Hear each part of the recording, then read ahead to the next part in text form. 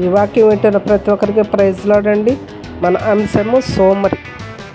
సామెతల గ్రంథం 6వ అధ్యాయం 9వ వచనంలో, సోమరి ఎందాక పండుకొని ఉంటావు, ఎప్పుడు నిద్ర లేస్తావు?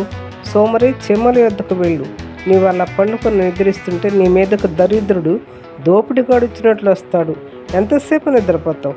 యవన కాలంలో ఆరోగ్యంగా ఉండి అన్ని అర్హతలు ఉండి చేతకాని వాడలా చేతులు ముందు పెట్టుకొని ఎలా ఉండగలుగుతున్నావు? ఇంట్లో ఒకవైపు పేదరికం, మరోవైపు రోగాలు, అప్పులు వాళ్ళ ఇంటి మీదకు వస్తున్నారు. నీకు ఎలా నిద్ర పడుతుంది? ఎలా పండుకోవాలి అనిపిస్తుంది? తాగిన మొత్తాలన్నీ మర్చిపోవచ్చు అనుకుంటున్నావా? ఆ త్రాగుడు నీ బ్రతుకుని ఎంత బుగ్గిపాలు చేస్తుందో అర్థం చేసుకుందా? నా యేసయ్య దగ్గరకు రా, నీకు పరిష్కారం దొరుకుతుంది. నీ పాపాలు ఒప్పుకో, రక్షింపబడతావు. ఆత్మలో వర్ధిల్లితే అన్ని విషయాల్లో వర్ధిల్లుతావు. యవన కాలంలో ఆయన కాడిని మోయవలసిన వాడివి. త్వరగా ఆయన దగ్గరకు వచ్చి ఆయన కాడిని ఎత్తుకు.